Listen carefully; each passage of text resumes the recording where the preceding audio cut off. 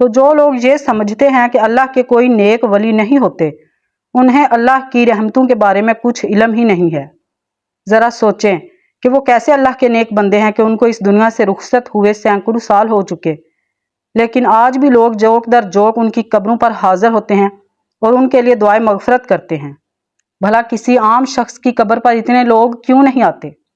کیوں ان کے لیے دعائیں مغفرت نہیں کرتے؟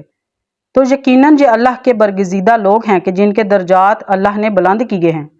اور مزید بلند کرنا چاہتا ہے۔ تو جان لیجئے کہ جب کوئی اللہ کا نیک بندہ آپ کے خواب میں آتا ہے، اس کو آپ سچ میں اللہ کا ولی مانتے ہیں، تو یقیناً آپ کے لیے اللہ کے قرب کی ایک نشانی ہے۔ اگر خواب کی حالت میں کوئی شخص صحابہ کرام کو دیکھتا ہے، یا اگر خواب کی حالت میں نبیوں کو دیکھتا ہے، کوئی بھی نبی حضرت آدم علیہ السلام سے لے کر آخری نبی حضرت محمد مصطفیٰ صلی اللہ علیہ وآلہ وسلم تک، تو یہ بھی ایک اچھی دلیل ہے۔ خواب کی حالت میں آپ اگر درود شریف پڑھ رہے ہیں یا کوئی درود شریف کی محفل ہے، اس کے اندر آپ آئے بیٹھے ہوئے ہیں، اگر آپ خواب میں آسمانوں کی سیر کر رہے ہیں تو یہ بھی ایک اچھی چیز ہے۔ خواب کی حالت میں اگر آپ پل صراط سے گزر رہے ہیں، خواب کی حالت میں اگر آپ نے روزہ رکھا ہوا ہے، یا خواب کی حالت میں اگر آپ نماز پڑھ رہے ہیں، خواب کی حالت میں اگر قرآن پاک پڑھ رہے ہیں، یا خواب کی حالت میں کوئی نیکی کا کام کر رہے ہیں، تو یہ اس بات کی دلیل ہے کہ آپ اللہ کے نیک پاک اور برگزیدہ بندے ہیں۔ اب یہ بھی جان لیجئے کہ اگر پہلے آپ کا لگاؤ اسلام کی جانب بہت زیادہ نہیں تھا اور ایک نارمل دنیاوی زندگی گزار رہے تھے، ان میں سے کوئی ایک خواب آپ کو دکھائی دیتا ہے، تو سمجھ جائیں کہ آپ پر اللہ کی خاص نظر رحمت ہونے والی ہے اور آپ کو ایک خاص مقام اور مرتبہ ملنے والا ہے۔ اس دنیا کے اندر بھی لوگ آپ کی عزت کریں گے اور آخرت میں بھی آپ کا مقام بلند ہو جائے گا، اور جہاں جہاں آپ کا قدم ہوگا وہاں وہاں اللہ کی رحمت ہوتی جائے گی۔ دنیا کی ہر خواہش آپ کے تابع ہونا شروع ہو جائے گی۔ اگر ان میں سے کوئی بھی ایک خواب آپ کو آتا ہے تو پھر سمجھ لیں کہ کبھی کسی کو اس کے بارے میں نہیں بتانا، لیکن جو کرنے کا کام ہے وہ کرنا ہے۔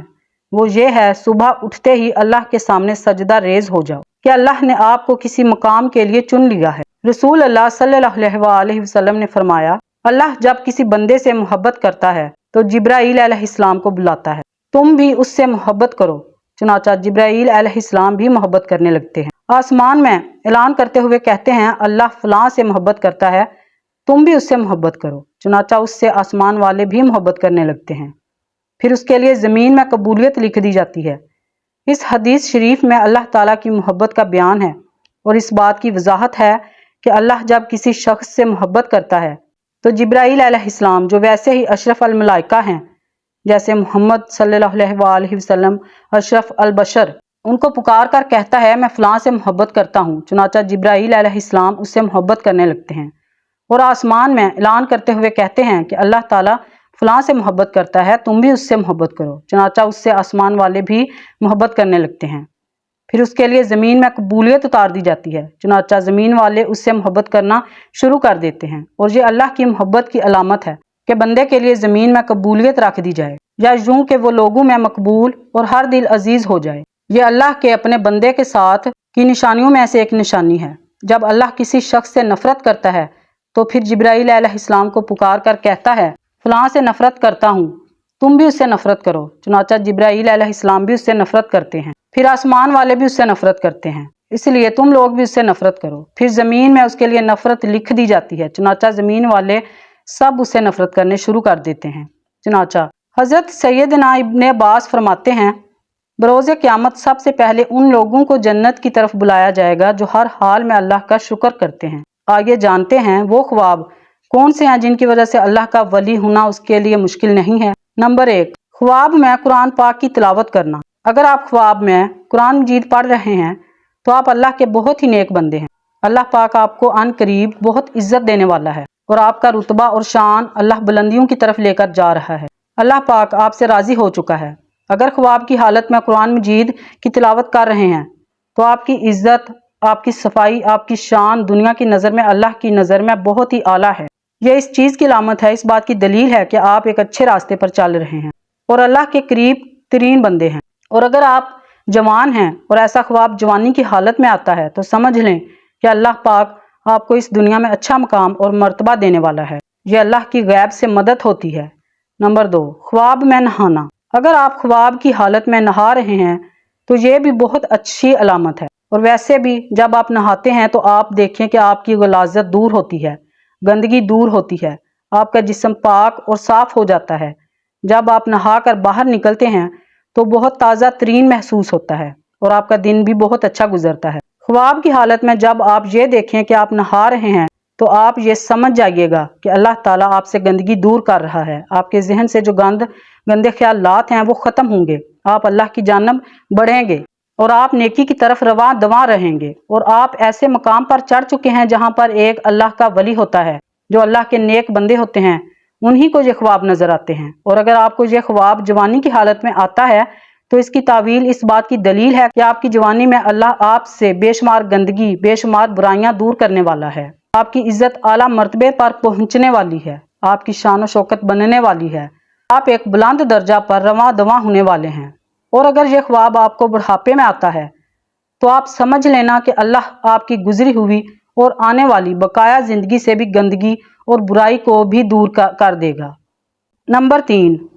مصلے پر بیٹھ کر رونا۔ اگر آپ مصلے پر بیٹھے ہیں اور گڑ گڑا کر رو رہے ہیں اور اللہ سے دعائیں مانگ رہے ہیں اور اللہ کے سامنے زار و کتار رو رہے ہیں اور اللہ کے سامنے ہاتھ اٹھا کر اللہ تعالیٰ سے اپنے گناہوں کی معافی مانگ رہے ہیں، تو یہ بھی اس بات کی دلیل ہے کہ آپ اللہ سے مانگ رہے ہیں اور اللہ پاک آپ کو دے رہا ہے، کیونکہ اللہ جس آدمی سے راضی ہو جاتا ہے تو یہ خواب انہی بندوں کو نظر آتا ہے جن کو اللہ پسند کرتا ہے، جن سے اللہ محبت فرماتا ہے۔ یہ خواب ہر کسی کو نہیں آتے، اللہ ان بندوں کو دکھاتا ہے جو بندگی کرتے ہیں اور جو اللہ کے سامنے رو رو کر گڑ گڑا کر رات کے اندھیرے میں جب سب لوگ سو جاتے ہیں تو جو لوگ اٹھ کر اللہ کی عبادت کرتے ہیں،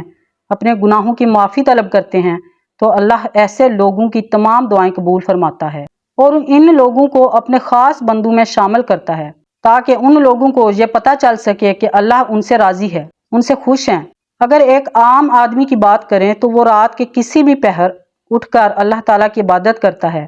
تو وہ مسلسل نہیں کر پاتا، وہ کسی نہ کسی وجہ سے رک جاتا ہے۔ لیکن ایک اللہ والا کچھ بھی حادثہ ہو جائے، چاہے اس کی طبیعت خراب ہو جائے، چاہے اس کا دل کرے یا نہ کرے، وہ رات کے پہر میں اٹھ کر اللہ کی عبادت ضرور کرتا ہے اور اپنے گناہوں کی معافی مانگتا ہے،